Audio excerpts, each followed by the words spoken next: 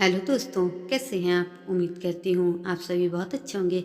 चलिए जानते हैं अपनी आज की कहानी के बारे में।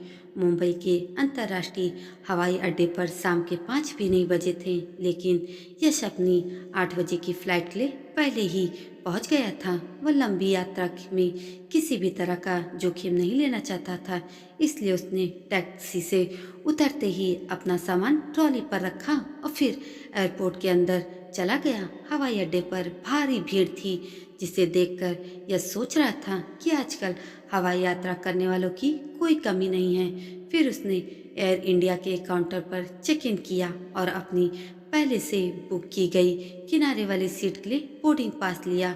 उसे यात्रा के दौरान वॉशरूम जाने में विंडो या बीच वाली सीट से असुविधा होती थी, इसलिए उसने हमेशा की तरह किनारे की ही सीट चुनी। सुरक्षा जांच पूरी करने के बाद वह टर्मिनल 2 की ओर बढ़ा, जहां से उसे एयर इंडिया की उड़ान से हांगकांग जाना था। अभी फ्लाइट में 1.5 घंटा और बाकी था, तो वह वहीं पर एक किनारे बैठ गया।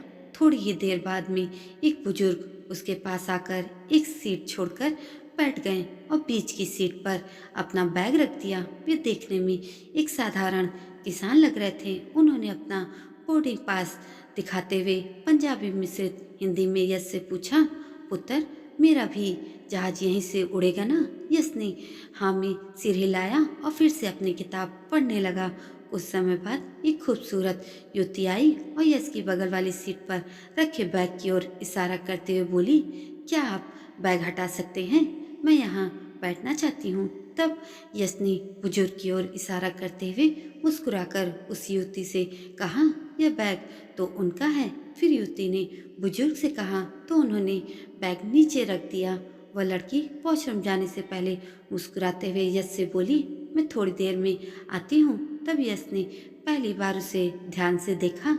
वह आकर्षक थी। उसकी पतली कमर पर नीली स्कर्ट और सफेद टॉप उसे और भी ज्यादा खूबसूरत बना रहे थे। कुछ देर बाद वह लौटते समय स्नैक्स और कोक का कैन लिए आ रही थी। जैसे ही वह अपनी सीट पर बैठने लगी, हाई हील्स में लड़खड़ा गई और कोक का कैन यश की गोद में गिर पड़ा, जिससे उसकी जींस गीली हो गई। लड़की बेहद ही शर्मिंदा हुई और तुरंत टिश्यू निकालकर उसके जींस को पोंछने लगी थी, लेकिन यश ने मुस्कुराकर उससे कहा, आप रहने दे, मैं खुद कर लूंगा। तभी बोर्डिंग की घोषणा हुई और संयोग से वह लड़की और बुजुर्ग दोनों ही यश की बगल की सीट पर थे। बुजुर्ग विंडो सीट पर थे और वह लड़की बीच वाली सीट पर थी। फ्लाइट के कैप्टन ने यात्रियों का स्वागत करते हुए घोषणा की कि मुंबई से हांगकांग की उड़ान लगभग 8 घंटे 35 मिनट की होगी, जिसमें दिल्ली में 2 घंटे का ठहराव भी हो रहेगा। बुजुर्ग पहली बार हवाई यात्रा कर रहे थे, उन्हें सीट बेल्ट बांधने में परेशानी हो रही थी, तो लड़के ने उनकी मदद की। बातचीत के दौरान उन्होंने बताया कि वे हांगकांग में अपनी भतीजी की शादी में शामिल होने के बाद कनाडा जाएंगे, जहां उनके बेटे ने उनका ग्रीन कार्ड स्पॉन्सर किया था। फ्लाइट टेक ऑफ के बाद यश ने बातचीत का सिलसिला शुरू किया और अपना परिचय देते हुए बताया कि वह एक सॉफ्टवेयर इंजीनियर है और बैंकिंग सॉफ्टवेयर के ही सिलसिले में हांगकांग जा रहा है। लड़की ने भी बताया कि उसका नाम ऋचा शर्मा है और उनके परिवार का हांगकांग में एक बिजनेस है, लेकिन वह पहली बार वहां जा रही है।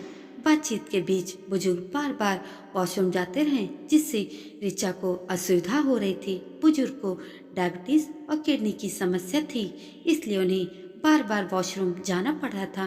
फ्लाइट दिल्ली में रुकी और फिर कुछ देर बाद ही हांगकांग के लिए फिर से रवाना हो गई। डिनर के बाद यह सोने की तैयारी कर रहा था, तभी ऋचा ने फ्लाइट अटेंडेंट को बुलाया और उनसे धीरे से कुछ कहा। कुछ देर बाद अटेंडेंट एक टिश्यू में लिपटी हुई चीज लेकर आई और ऋचा को दे दी। बुजुर्ग ने जिज्ञासावश कहा, पुत्र, एक मुझे भी दे दो। तब फ्लाइट अटेंडेंट हंसी रोकते हुए उनसे बोली, सर, यह आपके काम की चीज नहीं है। लेकिन बुजुर्ग ने जिद पकड़ ली। आखिरकार फ्लाइट अटेंडेंट ने छल्लाते हुए उनसे कहा, सर, ये सैनिटरी पैड है, इसका आप क्या करेंगे? तब जाकर उन्हें समझ में आया कि ऋचा ने सैनिटरी नैपकिन उस फ्लाइट अटेंडेंट से मांगा था। थोड़ी देर बाद फ्लाइट में रिचा को भी नींद आ गई और फिर अनजाने में ही उसने अपना सिर यश के कंधे पर रख दिया और बार बार उसका सर यश के कंधे पर ही चला जाता। नींद के दौरान यश को उसका करीब आना अच्छा लग रहा था। कभी कभी रिचा उठती, सॉरी कहकर सीधी बैठ जाती, लेकिन फिर कुछ ही देर में उसके कंधे पर लुढ़क जाती। जब यश ने सीटों के बीच का आर्म रेस्ट उठा दिया तो कभी कभी उसका सिर यश के सीने पर भी आ जाता।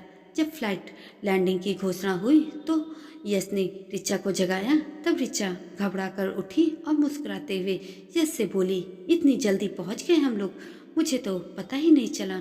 लाइन में खड़े होने के दौरान यश ने कहा, आपके साथ सफ़र बहुत अच्छा रहा, क्या हम आगे भी मिल सकते हैं? तब रिचा ने हामी भरते हुए कहा, बिल्कुल, हम जरूर मिल सकते हैं। शाम को विंडम स्ट्रीट के इंडियन रेस्टोरेंट में हम मिलते हैं। तब यश ने अगले दिन उस रेस्टोरेंट में एक टेबल बुक करवा ली, लेकिन जब वह वहाँ पहुँचा तो जो उसने देखा उससे वह दंग रह गया। रिचा वहाँ पर एक वेट्रेस की ड्रेस में थी और फिर वह मुस्कुराते हुए यश से बोली, गुड इवनिंग सर, क्या ऑर्डर लेंगे आप? यश चौंक कर बोला, क्या तुम वेट्रेस हो? क्या यही तुम्हारा बिजनेस है? फिर रिचा ने उससे हंसते हुए कहा, रिलैक्स सर, प्लीज़ आप रिलैक्स करिए, पहले आप खाना खा लीजिए, मैं आपको बाद में सब कुछ बताऊंगी। थोड़ी देर बाद एक युवक उनके पास आया और बोला, रिचा, क्या तुम्हारे खास मेहमान को हमारे यहाँ का खाना पसंद आया? यश ने तब उसकी ओर देखा तो रिचा ने मुस्कुराते हुए उससे कहा, मिलिए, ये मेरे हस्बैंड नीलेश हैं। यश हैरान रह गया। नीलेश ने फिर कहा, हमारी शादी को 2 महीने पहले ही हुई थी, यह होटल हमारा है और आज की वेट्रेस छुट्टी पर थी। तो रिचा ने कहा कि आज उसका एक दोस्त आने वाला है, आज वह खुद मेहमानों की सेवा करेगी। यश को समझ आया कि बिना जाने हम किसी के बारे में कितनी सारी धारणाएं बना लेते हैं। रिचा ने मुस्कुराते हुए कहा, yes, we will remain good friends, जब भी वहाँ आओ मिलना जरूर हमसे, लेकिन हर बार मैं सब नहीं कर पाऊंगी। यश मुस्कुराया और सोचने लगा, मन बावरा होता है पर अपनी सोच पर हमें खुद ही नियंत्रण रखना चाहिए। दोस्तों, कहानी पसंद आई हो तो प्लीज़ लाइक, कमेंट और शेयर करना ना भूलें और ऐसी ही अच्छी अच्छी कहानियों के लिए मेरे चैनल को सब्सक्राइब भी कर दीजिएगा। धन्यवाद। राधे राधे।